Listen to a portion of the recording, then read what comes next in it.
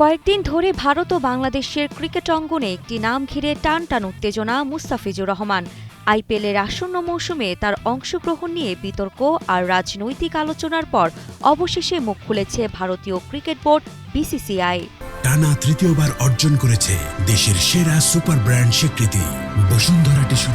BCCI সচিব দেবজিৎ সাইকিয়া ভারতের বার্তা সংস্থা এএনআইকে বলেন, সাম্প্রতিক সার্বিক পরিস্থিতির প্রেক্ষাপটে বিসিসিআই কেকেআরকে তাদের বাংলাদেশি খেলোয়াড় মুস্তাফিজুর রহমানকে দল থেকে বাদ দেওয়ার নির্দেশ দিয়েছে।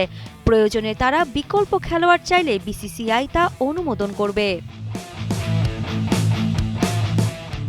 শুরুতে বিভিন্ন সংবাদ মাধ্যমে বিসিসিআই জানিয়েছিল, মুস্তাফিজুর রহমানকে নিয়ে সরকার থেকে কোনো নিষেধাজ্ঞার নির্দেশ পায়নি, তাই বাংলাদেশি খেলোয়াড়দের অংশগ্রহণে আইনগত বাধা নেই। কিন্তু এবার সে মত বদলে বিসিসিআই মুস্তাফিজকে কলকাতার দল থেকে বাদ দেওয়ার এই নির্দেশ দেয়।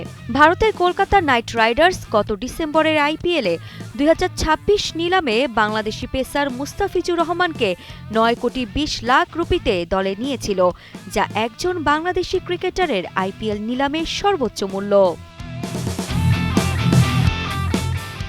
এই সিদ্ধান্তের পরেই বিতর্ক শুরু হয়। ভারতীয় ধর্মীয় গোষ্ঠী, রাজনৈতিক নেতা ও সোশ্যাল মিডিয়া ব্যক্তি আইপিএলে বাংলাদেশি খেলোয়াড়দের অংশগ্রহণ বিরোধিতা করেন।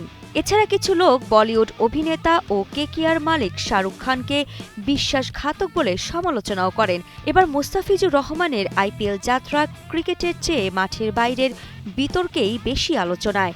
রাজনৈতিক চাপ ও সামাজিক প্রতিক্রিয়ায় অনিশ্চিত হয়ে পড়েছে তার আইপিএল যাত্রা। প্রশ্ন উঠছে, খেলার জায়গা কি সত্যি রাজনীতির ঊর্ধ্বে থাকতে পারছে? এবার সময় বদলে দিবে তার উত্তর। আরিফা জাহান, প্রিনন, কালের কণ্ঠ স্পোর্টস।